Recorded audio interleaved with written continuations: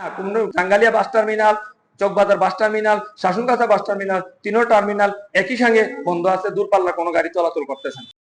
আমি আইডি প্রতিনিধি মোহাম্মদ হোসেন জসিম। আমার আইডি পরিবহন আজকে 2 বছর যাবত যাত্রী সেবা দিচ্ছে কুমিল্লা চাঁদপুর রুটে। আমরা কুমিল্লার অনুমোদন নিয়ে এখানে টোটাল 67 কিলোমিটার রাস্তার মধ্যে মাত্র 26 কিলোমিটার কুমিল্লার, বাকি অংশটুকু চাঁদপুর। আমরা চাঁদপুর অংশের অনুমোদন নিয়ে আমরা গাড়ি যাত্রা শুরু করছি।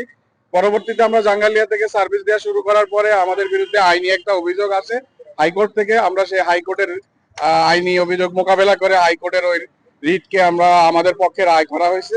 পরবর্তীতে আরো 2টা মামলা করছে বগদাদ কর্তৃপক্ষ, আমরা ওই 2টা মামলাও আমাদের পক্ষে রায় হয়েছে।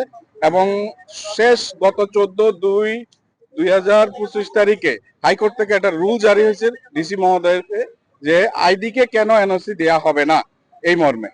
আমরা এনওসির টাকা, গভর্নমেন্টের যে ফি আছে সেই টাকাটা অলরেডি 2 বছর আগে এটা জমা দিয়েছি।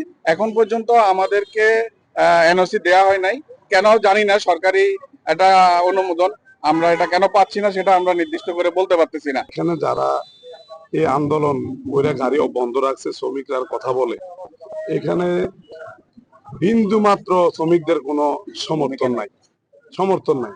কারণ তারা গাড়ি বন্ধ রাখলে তাদের ফেরে লাথি করে। এখানে আমাদের শ্রমিকরা নাম বলে যারা করতেছে, এটা একটা বিভ্রান্ত ছড়াইতেছে। আর এই বিষয়টা, গাড়ি যদি একটা সার্ভিস নতুন হয়, শ্রমিকদের বেকারত্ব দূর হয়, শ্রমিকরা উপকৃত হয়, আশেপাশের যত দোকানদার আছে তারাও লাভবান হয়, যাত্রীদেরও ভোগান্তি কম। আমাদের মানব শ্রমিক ঐক্য পরিষদের আহ্বানে কর্মবিরতি স্থগিত করা হইল।